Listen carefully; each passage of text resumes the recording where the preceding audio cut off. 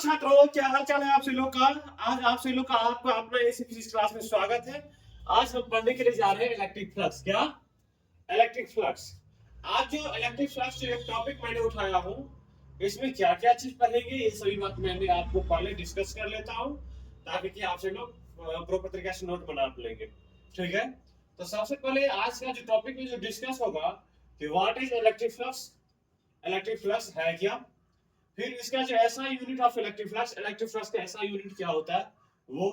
फिर dimensional formula of electric flux, dimensional electric flux का जो बीमीय सूत्र होता है वो क्या होता है।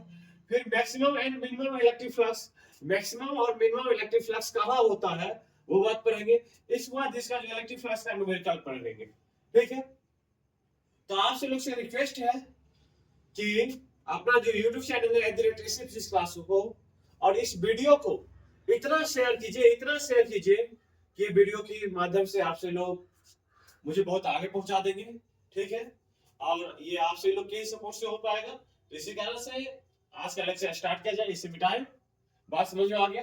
कॉपी पेन निकालिए और नोट बनाना स्टार्ट कीजिए और इधर उधर झांकना बंद कीजिए। मैं तो आपको सभी दिन कहता हूँ कि आपको ऑफलाइन में ज्यादा मजा आता है, ऑनलाइन में थोड़ा कम मजा आता है, मगर एक बात ये श्योर है कि आपका जो ऑनलाइन में जो होता है क्या है कि हम कोई भी चीज को प्रॉपर तरीके से समझ लेते हैं और ऑफलाइन में भी समझते हैं। तो ऑफलाइन में बहुत सारी समस्या के कारण से हम उस चीज को नहीं समझ पाते हैं।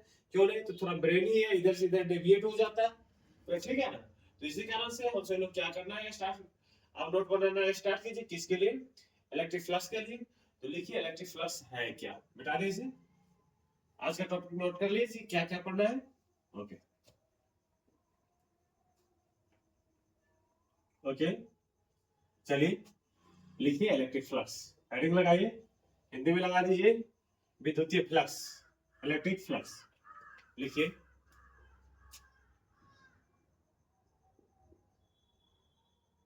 Electric flux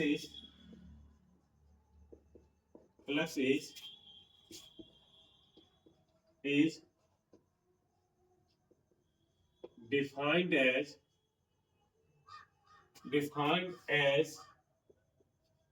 the scalar product of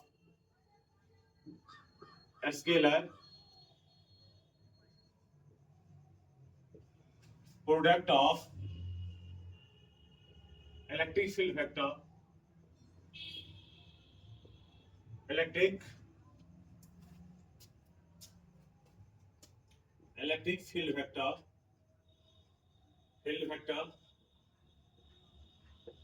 vector and area vector। Electric field vector को ब्रैकेट में लिख लीजिए, vector a and area vector A.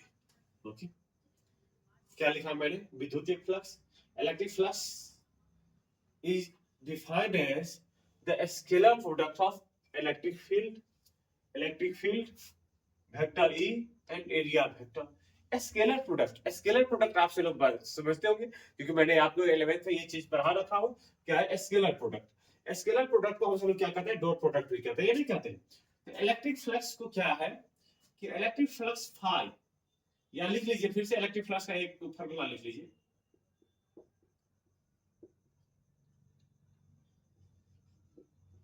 Electric flux equal to क्या लिखे? इलेक्ट्रिक फ्लक्स बराबर क्या लिखे? Electric field, electric field cross क्या, सॉरी स्केलर प्रोडक्ट है ना, डॉट डॉट क्या, एरिया वेक्टर ना, एरिया वेक्टर, या इसी को हम फाई, इलेक्ट्रिक फ्लक्स को फाई से डिनोट करते हैं। फाई बराबर क्या लिख सकते हैं?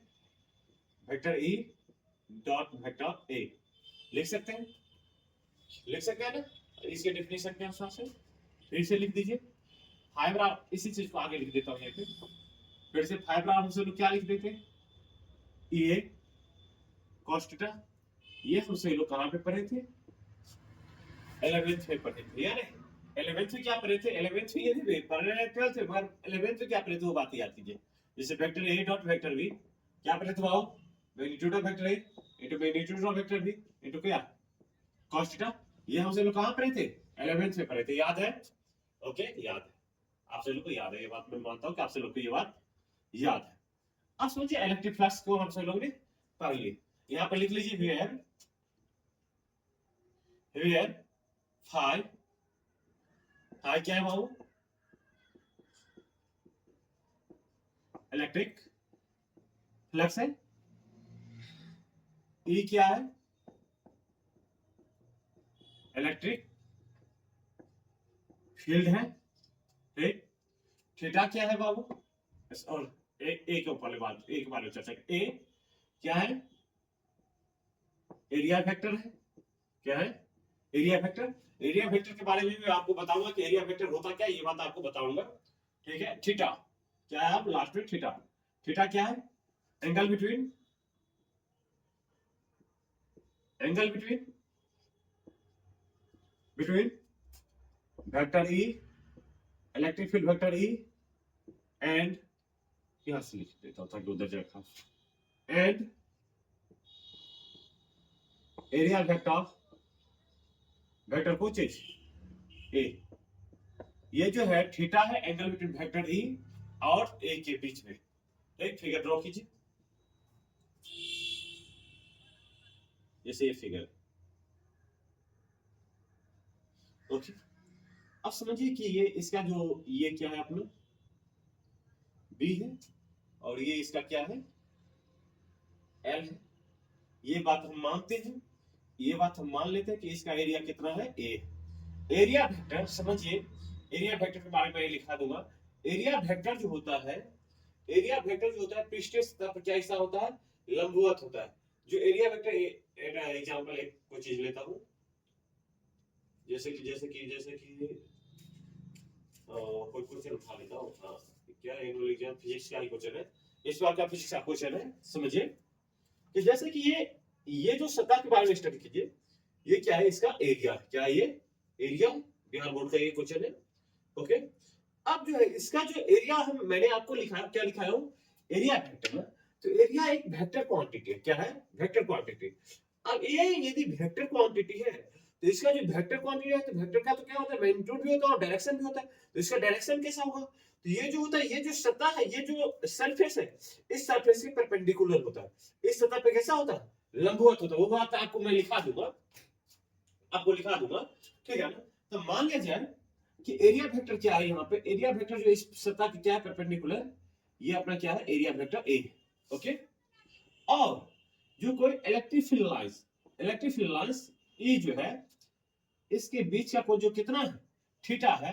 तब हम लोग क्या लिख देते हैं? Fibre out. तब हम फाइबर आउट क्या लिख देते हैं? ई ए cos थीटा। यहां जो है ई ए cos थीटा क्या है? एंगल बिटवीन ई और ए और ई के बीच का कोण है। ओके, बात ये समझ में आया? फाई क्या है? विद्युतीय फ्लक्स है। ई क्या है? इलेक्ट्रिक फील्ड, विद्युतीय क्षेत्र है। ए क्या है? एरिया वेक्टर है। और थीटा जो है एंगल बिटवीन वेक्टर ई और वेक्टर ए के बीच का कोण है। अब ये तो मैंने एक एक डिफिनेशन आपको मैंने बताया। नेक्स्ट डिफिनेशन लिखिए इलेक्ट्रिक फ्लक्स। अगेन और करके यार, इलेक्ट्रिक फ्लक्स क्या भाऊ? Electric flux. समझिए इलेक्ट्रिक फ्लक्स क्या होता है। देखिए, इलेक्ट्रिक फ्लक्स को दूसरे भाषा में और डिफाइन करते हैं। Electric flux is defined as, electric flux is defined as the number of electric electric electric field lines electric field lines is perpendicular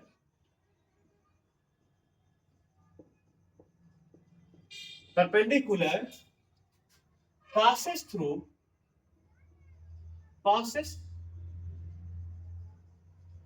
through the surface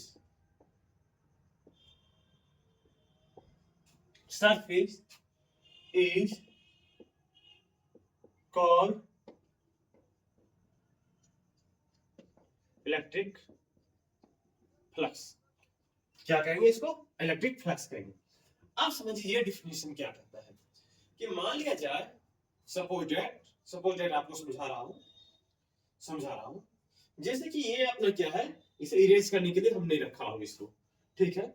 suppose that ये erase करने के लिए मैंने इसको रखा हूं, तो क्या ये जो इलेक्ट्रिक फ्लक्स जो होता है पृष्ठीय सतह से, जो ये सतह है, इसके लिए क्या यूज करना, इस कॉपी को ही, क्वेश्चन पेपर को यूज करते हैं।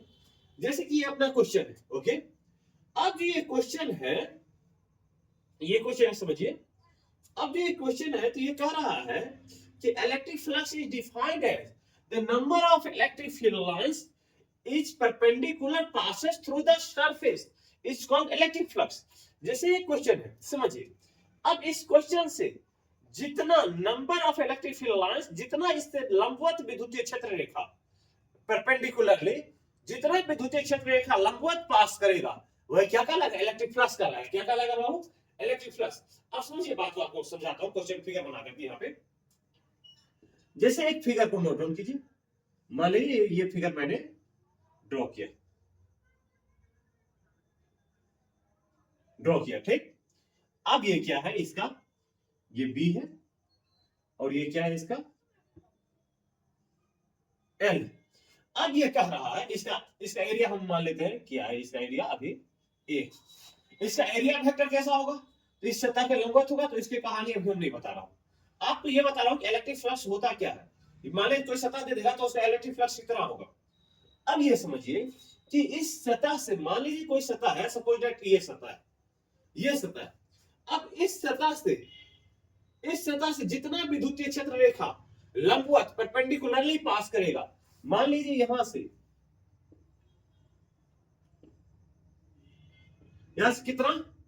कितना विद्युतीय क्षेत्र रेखा पास किया? 3 इलेक्ट्रिक फील्ड लाइंस से पास किया इस सतह से। यहाँ पे जो फाई का जो वैल्यू हो गया, कितना हो गया? 3 हो गया। कितना हो गया? 3 हो गया। यदि दूसरा एग्जांपल समझिए।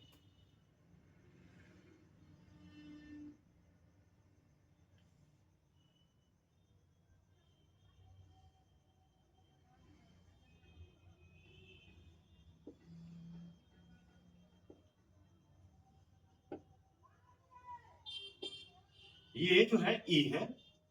अब जो है ये सभी क्या है, इसके परपेंडिकुलरली निकल रहा है। इस सतह की क्या है? परपेंडिकुलरली निकल रहा है। यदि ये परपेंडिकुलरली इस सतह के परपेंडिकुलरली निकल रहा है, तो यहाँ पे फाई बराबर कितना हो जाएगा बाबू? 4 हो जाएगा। कितना होगा यहाँ पे? फाई का मान 4 होगा, क्योंकि कितना विद्युतीय क्षेत्र रेखा ऐसे निकल रहा है, कितना इलेक्ट्रिक फील्ड लाइन से निकल रहा है, 1 2 3 4, तो फाई का मान कितना? 4 ओके। अब देखिए यहां तक हमने कॉन्सेप्ट समझ लिया। अब समझिए कि इसका क्या बताना था मुझे, कि इसका एसआई यूनिट क्या होगा। आप इसमें ये अपना क्वेश्चन है कि इसका एसआई यूनिट क्या होगा। समझिए आप, ये सभी नोट डाउन कर लिए ना। अब लिखिए इसका एसआई यूनिट। एसआई यूनिट इसके बारे में मैं बताता हूं। एसआई यूनिट क्या होगा, समझिए। यहां पे लिख देता हूं, the SI unit of electric flux, the SI unit of electric flux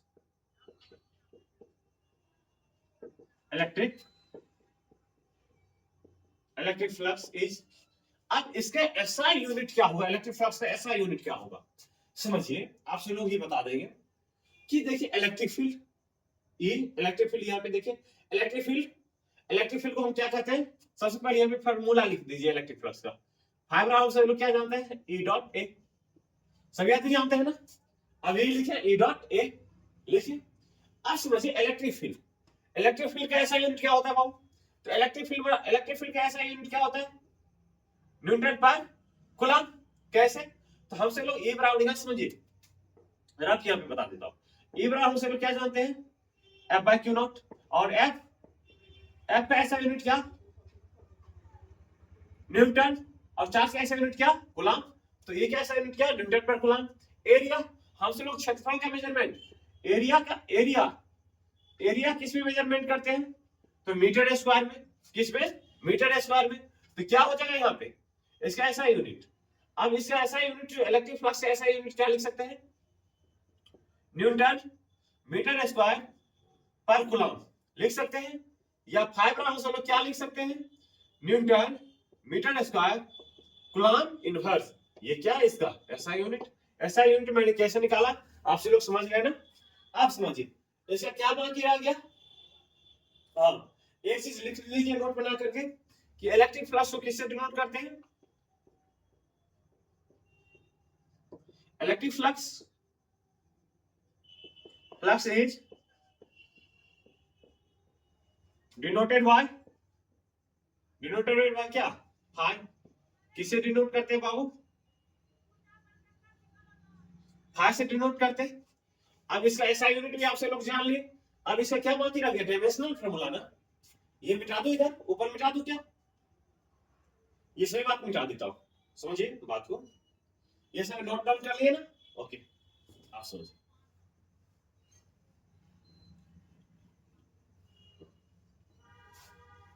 नीचे वाला मिटा लो। ओके, नोट डाउन कर लीजिए।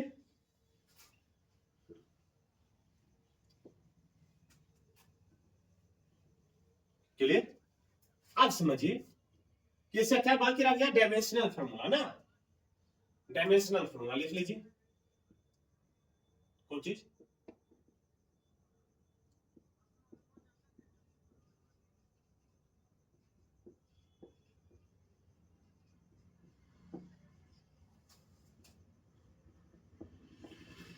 Dimensional formula of electric flux. Dimensional electric flux का डायमेंशनल फार्मूला हम कैसे निकालेंगे? फिर से लिखिए डायमेंशनल इलेक्ट्रिक फ्लक्स फाई बराबर, सबसे पहले क्या लिखिए? फाई।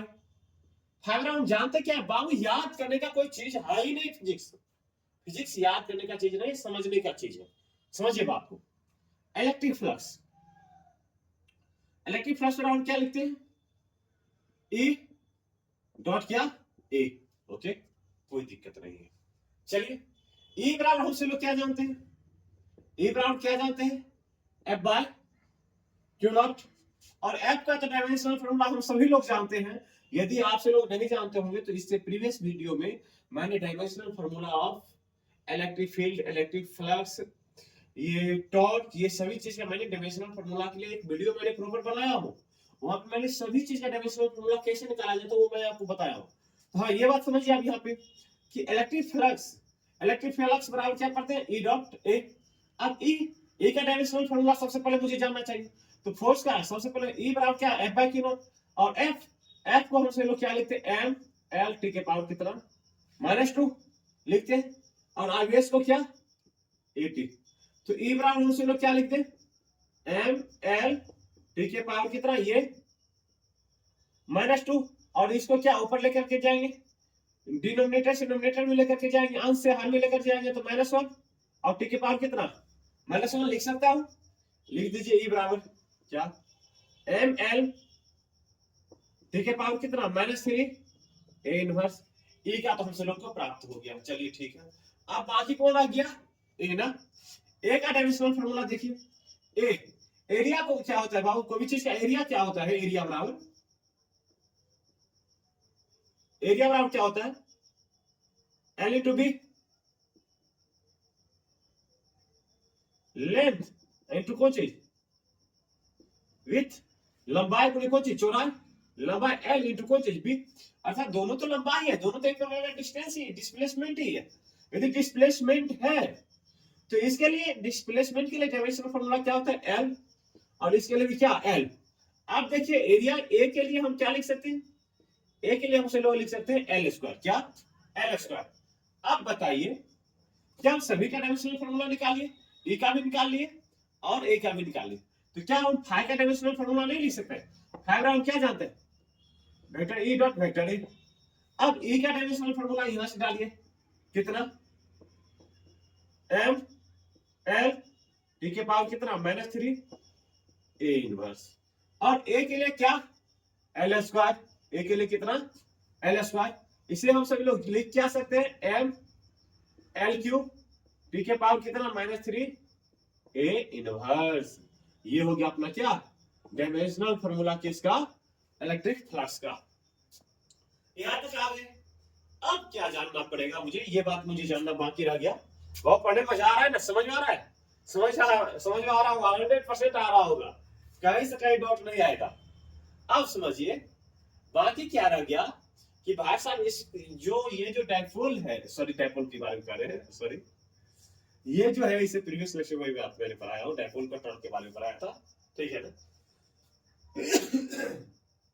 अब जो इलेक्ट्रिक फ्लक्स है, तो भाई साहब इलेक्ट्रिक फ्लक्स मिनिमम कब होगा और मैक्सिमम कब होगा, ये बात तो मुझे जानने का अधिकार है। वैसा आप सभी लोग का अधिकार है, आप सभी लोग को क्वेश्चन एनालाइज करना चाहिए और कमेंट कीजिए कि क्या नहीं मैंने बताया, ठीक है। तो चलिए इसके पहले हम मैक्सिमम और मिनिमम इलेक्ट्रिक फ्लक्स के बारे में जानता हूं। लिखिए फिर से next point, maximum electric flux is, maximum electric flux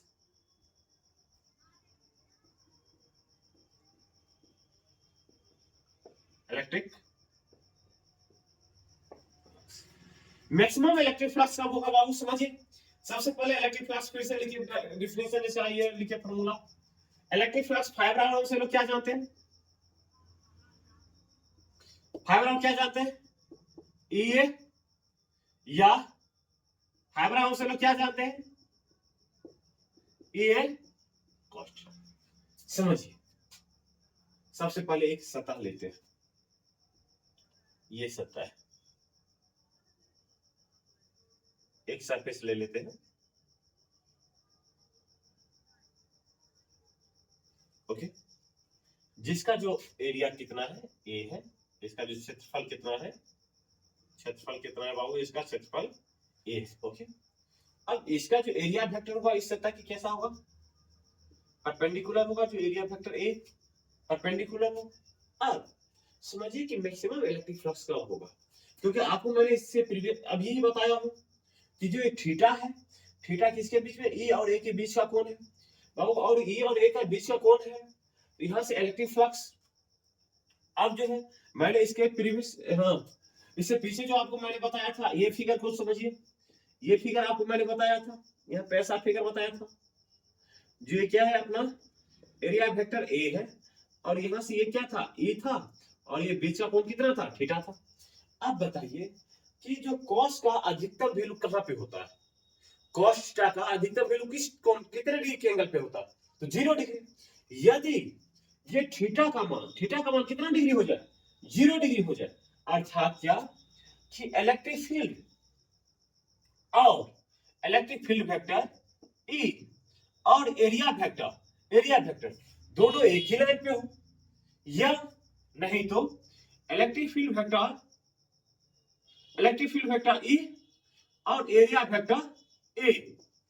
vector A एक दूसरे की क्या हो, समानांतर हो, पैरेलल, क्या हो, पैरेलल हो, तब थीटा का मान कितना डिग्री हो जाएगा बाबू, 0 डिग्री। जब थीटा का मान यदि 0 डिग्री हो जाएगा तो मेरा जो cos 0 कितना, मैक्सिमम 1, तो फाइव क्या होगा, फाइव राउंड क्या, ये cos कितना 0 डिग्री, यहाँ पे फाइव बराबर ये cos 0, cos 0 पे क्या, cos थीटा मैक्सिमम होता है, 1 होता है, इसी कारण से फाइव जो होगा, फाइव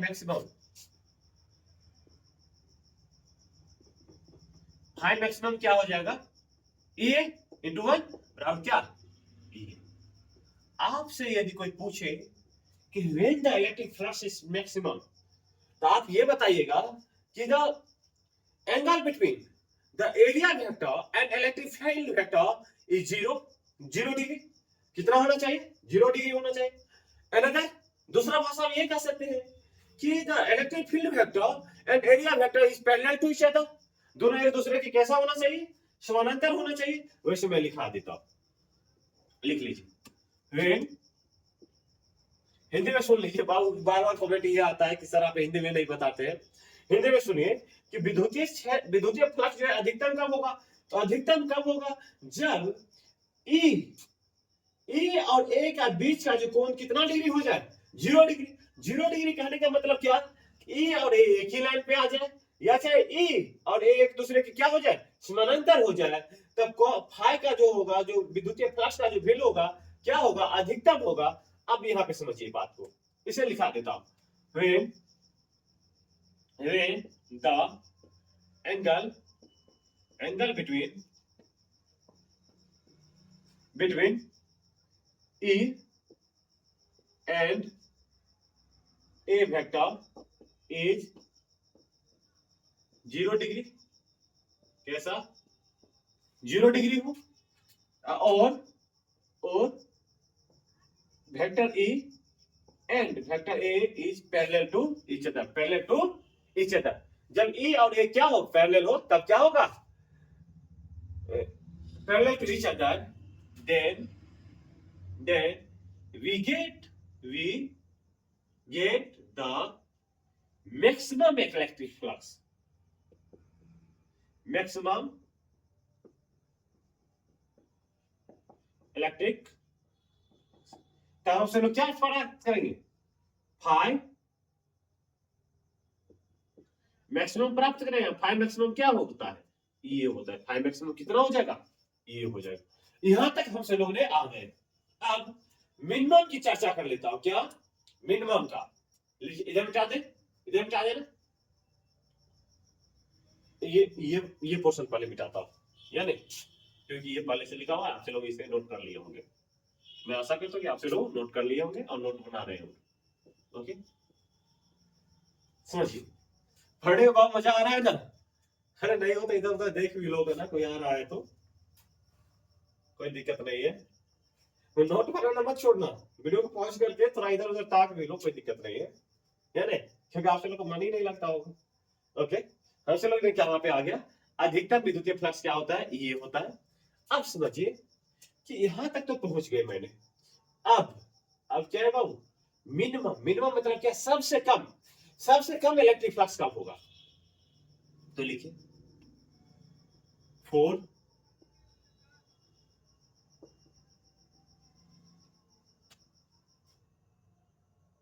मिनिमम इलेक्ट्रिक फ्लक्स,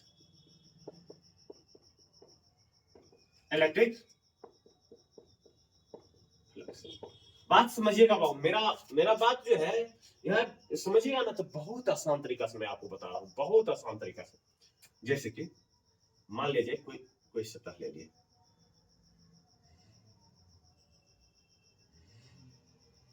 ये सतह मैंने ले लिया, ओके, ये क्या है बाबू, बी है, और ये अपना क्या है, एल, ओके। अब समझिए कि जो हमसे लोग पहले यहाँ इसका एरिया वेक्टर कैसा होगा, एरिया वेक्टर इस सतह के कैसा होगा, परपेंडिकुलर होगा, ये क्या होगा, इस सतह पे परपेंडिकुलर होगा, जो एरिया वेक्टर ए होगा। आप सोचिए कि मिनिमम कब होगा, मिनिमम अर्थात कि थीटा का वो कौन वैल्यू जो 0 पे आता, कितने पे, 0 पे, तो अर्थात cos 90 का वैल्यू कितना, 0, अर्थात क्या कि angle between vector a and vector ई कितना डिग्री हो जाना चाहिए, 0 डिग्री हो जाना चाहिए, कितना डिग्री, 0 डिग्री, और 0 डिग्री तो तब होगा जब इलेक्ट्रिक फ्लक्स मतलब कि सतह की कैसा हो, सॉरी क्या कहते हैं, एरिया वेक्टर पृष्ठीय सतह के तो लंबवत होता ही है, ये सभी लोग हमसे लोग जानते हैं। वो इलेक्ट्रिक फील्ड लाइंस जो होगा, वो जो होगा पृष्ठीय सतह, अर्थात जैसे कि पृष्ठीय सतह की क्या हो, पैरेलल हो जाए। समझिए बात, समझिए, आपको मैं अभी समझा रहा हूं फिगर से, ये बात को समझिए। सपोज दैट ये मान लीजिए क्या है, ये एक सतह है, अब एरिया वेक्टर क्या है, इसके परपेंडिकुलर है, कैसा है, इसके परपेंडिकुलर है, ऐसा होगा, और इलेक्ट्रिक फील्ड ई जो होगा इसके ऐसा पैरेलल निकल रहा हो, कैसा निकल रहा हो, इसके पैरेलल, किसके, इस सतह के पैरेलल निकल रहा हो, तब यहाँ पे एंगल कितना डिग्री हो जाएगा, ये 90 डिग्री। आप जैसे ही इसका एंगल कितना डिग्री हो गया 90 डिग्री, सॉरी बाबू। अब समझिए इलेक्ट्रिक फ्लक्स, फाइबर हाउस से लोग क्या जानते हैं, फाइबर हाउस से लोग जानते हैं ई डॉट ए, क्या, ई डॉट ए। अब फाइबर हाउस से लोग लिख क्या सकते हैं, फाइबर हाउस क्या लिख सकते हैं, ये cos थीटा, यहां पे थीटा का वैल्यू कितना है बाबू, थीटा का वैल्यू 90 डिग्री, यदि थीटा का वैल्यू यदि 90 डिग्री है तो यहाँ पे आप लिखिए फाइव बराबर क्या, ए कॉस 90 डिग्री। अब ए कॉस 90 का वैल्यू कितना, 0। कॉस 90 का वैल्यू 0, तो ए इंटू कितना 0, तो क्या होगा यहाँ पे फाइव क्या हो जाएगा,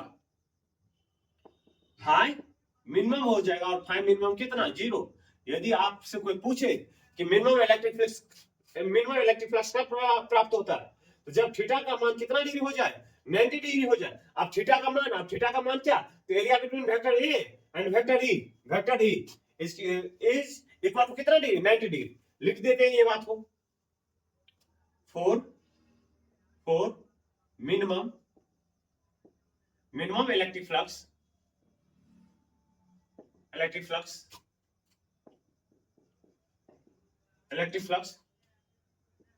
we achieve at angle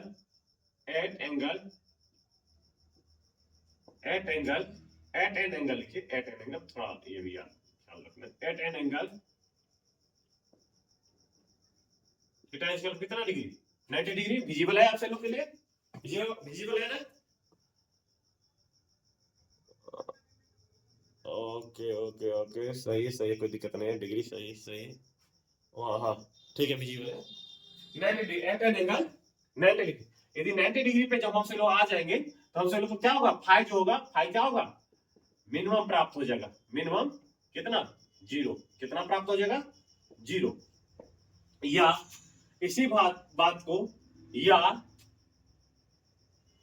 parallel to the electric area vector लिखिए, या इसे मिटा दूं, इसे मिसाल थोड़ा लिख देता हूं, इसके बाद आपको समझा दूंगा क्या मैं करना चाहता हूं, वो बात आपको मैं समझाऊंगा अभी।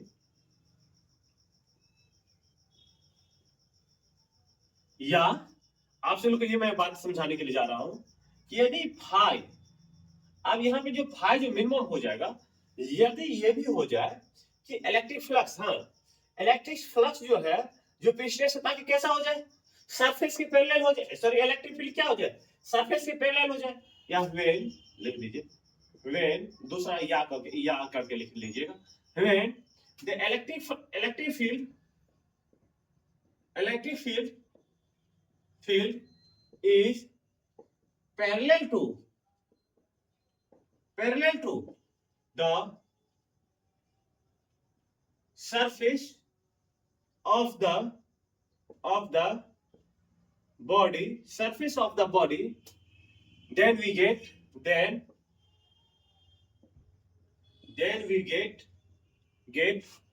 minimum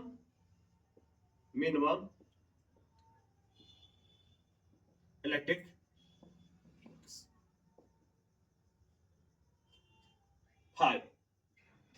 हाई मिनिमम कितना, 0। बात क्लियर हो गया। अब इसका न्यूमेरिकल बना गया ना, न्यूमेरिकल भी बता देता हूं, इसमें क्या दिक्कत आपसे लोग को, कोई दिक्कत नहीं ना, चलिए ठीक है। आप इसका न्यूमेरिकल नोट कीजिए, एक तो न्यूमेरिकल कर लेते हैं एडवांस लेवल का, बात बन जाएगा अपना, तो पूरे 100% इलेक्ट्रिक फ्लक्स क्लियर हो जाएगा। तब नेक्स्ट लेक्चर में आपके लिए लेकर के आऊंगा गॉस लॉ। क्या गॉस लॉ, ये पढ़ने में मजा आ रहा है ना, नेक्स्ट लेक्चर में आपसे लोग के लिए क्या लेकर के आ रहा हूं, गॉस लॉ। एकदम फुल मस्ती में रहिएगा, एकदम फुल मस्ती में, कहीं एनर्जी डाउन नहीं होना चाहिए, एनर्जी एकदम पूरा हाई होना चाहिए। एनर्जी हाई रहेगा तब ये बात बनेगा, अन्यथा नहीं तो नहीं बात बनेगा, समझिए। अब क्वेश्चन है, क्वेश्चन क्या कर रहा है, क्वेश्चन ये क्या है न्यूमेरिकल कि find the electric flux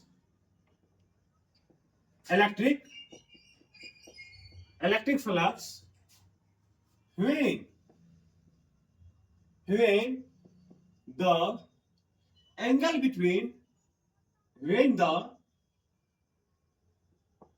between area vector A, angle between area vector A and electric field electric field vector vector E is 53 degree. कितना? 53 डिग्री। अब जो ये कह रहा है कि angle find the electric flux when the angle between area vector a and electric field vector E is कितना? 53 degree. कह रहा है कि विद्युतीय फ्लक्स ज्ञात करें जब जब एरिया वेक्टर ए और विद्युतीय क्षेत्र सदिश राशि ई के बीच का कोण कितना डिग्री? 53 डिग्री। देखिए फिगर, एक सेकंड में आपको बना लेंगे आपसे लोग, कोई दिक्कत नहीं, कोई दिक्कत नहीं, आसानी से आपसे लोग बना लेंगे। समझिए ये क्या है, ये मान लेते हैं क्या है, ये बी है, ये क्या है बाबू, ये क्या है अपना एल है। अब यहां समझिए कि एरिया वेक्टर क्या होगा, एरिया वेक्टर तो ए है इधर। अब जो इलेक्ट्रिक फील्ड वेक्टर ई जो है, ये जो है ये कितना डिग्री है बाबू, ये जो है कितना डिग्री है, ई यहाँ पे है, और इस बीच का जो ई और ए के बीच का जो कोण है कितना डिग्री है? 53 डिग्री। तो आपसे पूछ रहा है कि वैसे इसे इलेक्ट्रिक फ्लक्स होगा कितना। तो समझिए 100 बात है, एक बात याद रखिए, फाइव बराबर से लोग क्या जानते हैं, फाइव बराबर क्या, ई डॉट ए, या फाइव बराबर से लोग क्या जानते हैं, ये cos थीटा। यहाँ पे जो थीटा का वैल्यू कितना डिग्री बाबू? 53 डिग्री। थोड़ा ये बात ख्याल रखिएगा कि भाई साहब यहाँ पे जो वेक्टर जो एरिया वेक्टर और इलेक्ट्रिक फील्ड वेक्टर के बीच में दे दिया ना, कभी आपको ये क्वेश्चन ये कह देगा कि भाई साहब सरफेस से ही इतना डिग्री के एंगल पे है, तब क्या होगा। तो ये बात आपको मैं अभी सिखाऊंगा। अब यहाँ थीटा का वैल्यू कितना डिग्री? 53 डिग्री। अब यहाँ पे देखिए फाइव ई ए cos 53, बाबू cos 53 का वैल्यू आपको मालूम नहीं है, मालूम है क्या? मालूम है तो कमेंट कीजिए तो जल्दी, आपको मैं बता देता हूँ। cos 53 का वैल्यू कैसे निकालते हैं, वैल्यू सो समझिए। ये वैल्यू देखिए, एक राइट एंगल ट्रायंगल बनाइए, एक समकोण त्रिभुज बनाइए, कितना? एक समकोण, ओह नहीं बना, ठीक है समझिए बात को। एक समकोण त्रिभुज मैंने बनाया, एक राइट एंगल ट्रायंगल मैंने बनाया, ओके। ये 3 है और ये कितना? 4 है, और ये कितना हो जाएगा बाबू? 5 हो जाएगा। राइट एंगल ए है, ये बी है, और ये क्या? सी है। अब समझिए एक ट्रिक है, ये 3 4 5 ये जो है 53 और 37 डिग्री का एंगल निकालने के लिए है, और ये जो फिजिक्स का बहुत कॉमन एंगल है, ठीक है। ये बहुत सारे बात पूछे जाते हैं, तो ये बात समझिए, जिस जिस साइड पे 3 लिखा है उस पे कितना डिग्री का एंगल बनेगा? 53 डिग्री का। वैसे इसका जो क्या कॉन्सेप्ट है, कॉन्सेप्ट मैंने 11th में पढ़ा रखा हूँ, अगर आपसे लोग तो 12th में, इसी कारण से मैं ये बात बता रहा हूँ। और ये 90, ये कितना? 90 डिग्री, और ये 53 डिग्री, कितना हो गया? 143 डिग्री। ये कितना डिग्री हो जाएगा? 37 डिग्री। कितना? 73 डिग्री। अब देखिए, क्या यहाँ से हम cos 53 का वैल्यू नहीं निकाल सकते? cos 53 वैल्यू कितना? cos 53 का वैल्यू क्या होता है भाई साहब? b/h हम जानते हैं ना, cos थीटा बराबर क्या? b/h। अब b के लिए यहाँ पे क्या है? 53 इस पे ना, तो b बराबर कितना? b कितना है भाई साहब? ab बटा कौन चीज? ac। अब ab का वैल्यू कितना है बाबू? ab का वैल्यू कितना? 3, और h का वैल्यू कितना? 5। तो cos 53 का वैल्यू कितना? cos 53 डिग्री का वैल्यू कितना? 3/5। यहाँ पे लिख दीजिए आप, cos कितना? cos 53 डिग्री कितना? 55 डिग्री, 53 डिग्री। अब e a cos 53 का वैल्यू कितना? 3/5। तो 5 राउंड से लोग क्या लिख सकते हैं? 3/5 e a, और इसका एसआई यूनिट क्या लिखेंगे? इसका एसआई यूनिट लिख देंगे न्यूटन मीटर स्क्वायर पर कूलम। न्यूटन मीटर स्क्वायर पर कूलम लिख लिया इसका एसआई यूनिट। अब समझिए कि एक क्वेश्चन आपसे ये कर दे कि इससे कितना डिग्री का एंगल पे हो? 37 डिग्री से। आप क्वेश्चन लिखने की जरूरत नहीं, आप हम सीधा बताते चलते हैं, आपसे लोग क्वेश्चन बना लेंगे, सेल्फ से लिख लेंगे। वैसे मैं क्वेश्चन बोल देता हूं।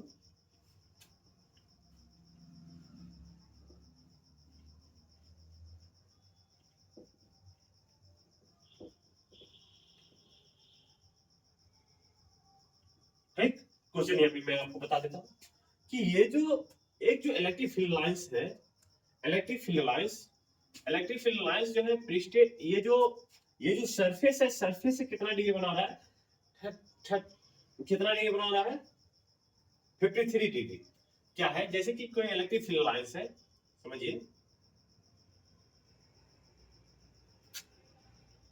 ये सरफेस, ये कोई बॉडी है जिसका ये क्या है, एल है, और ये क्या है बाबू, बी। अब समझिए कि इस सरफेस से ये इलेक्ट्रिक फील्ड वेक्टर कैसा होता है, ऐसा होता है, जो पृष्ठीय सतह पे कैसा होता है, लंबवत होता है। ये ए हो गया। एरिया वेक्टर कैसा होता है, पृष्ठीय सतह पे लंबवत होता है। ठीक, अब देखिए कि क्वेश्चन में ये कह रहा है कि ये जो इलेक्ट्रिक फील्ड लाइंस है, इलेक्ट्रिक फील्ड लाइंस, जो ये सतह है ना, ये सतह का जो बीच का जो एंगल है वो कितना डिग्री है, 53 डिग्री। ये बात मैं आपको नहीं समझा रहा हूँ, यहाँ पे नहीं समझा पा रहा हूँ, मैं थोड़ा बुक का क्वेश्चन का मैं सपोर्ट लेना चाहता हूँ। समझिए एक बात को, जैसे बात समझिए कि ये तो एरिया वेक्टर, समझिए ये क्या है अपना एरिया वेक्टर, और ये क्या है अपना इलेक्ट्रिक फील्ड वेक्टर है। ये जो इलेक्ट्रिक फील्ड ई है, यहाँ पे लिखे, ये क्या अपना ई। ओके, तो एरिया वेक्टर जो होता है क्या होता है, सरफेस पे कैसा होता है, परपेंडिकुलर, सरफेस पे कैसा होता है, परपेंडिकुलर। और इलेक्ट्रिक फील्ड वेक्टर है जो है यहाँ पे, हाँ समझिए बात को, इलेक्ट्रिक फील्ड वेक्टर ई जो है इस सतह से, कौन सतह से, इस सतह से कितना डिग्री के एंगल पे है, 53 डिग्री के एंगल पे। कितना डिग्री का एंगल बना रहा है, 53 डिग्री का एंगल बना रहा है। तब जो होगा इलेक्ट्रिक फ्लक्स कितना होगा, ये बात आपसे पूछ रहा है। समझिए, अब इससे यदि 53 डिग्री हो रहा है तो हमसे लोग जानते क्या है, सबसे पहले समझिए फाइबर आउट क्या जानते हैं, ई डॉट ए, या फाइबर आउट से हम लोग क्या जानते हैं, ये cos थीटा, या फाइबर आउट यहाँ पे, हाँ। अब थीटा, सबसे बड़ी बात है कि थीटा यहाँ पे क्या है, थीटा के बारे में हम लिख देता हूं, थीटा यहाँ पे क्या है, angle between E and area vector A, area vector A के बीच का कोण है ना। मगर यहाँ पे देखिए ये तो दिया नहीं है, ये तो दिया है कि इस सरफेस का बीच का कोण दिया हुआ है, मगर ये बात तो आप सभी लोग जानते हैं ना। समझिए फिर से क्वेश्चन को समझाता हूँ कि मान लीजिए ये क्वेश्चन है, ऐसा सतह है। अब ये जो है हमेशा जो एरिया वेक्टर हमेशा पृष्ठीय सतह कैसा होता है, लंबवत। अब मान ले कोई इलेक्ट्रिक फील्ड लाइंस यहाँ से यदि कितना 53 डिग्री बना रहा है, ये सतह पे कैसा है, लंबवत है। इलेक्ट्रिक एरिया वेक्टर कैसा है, सतह पे लंबवत है।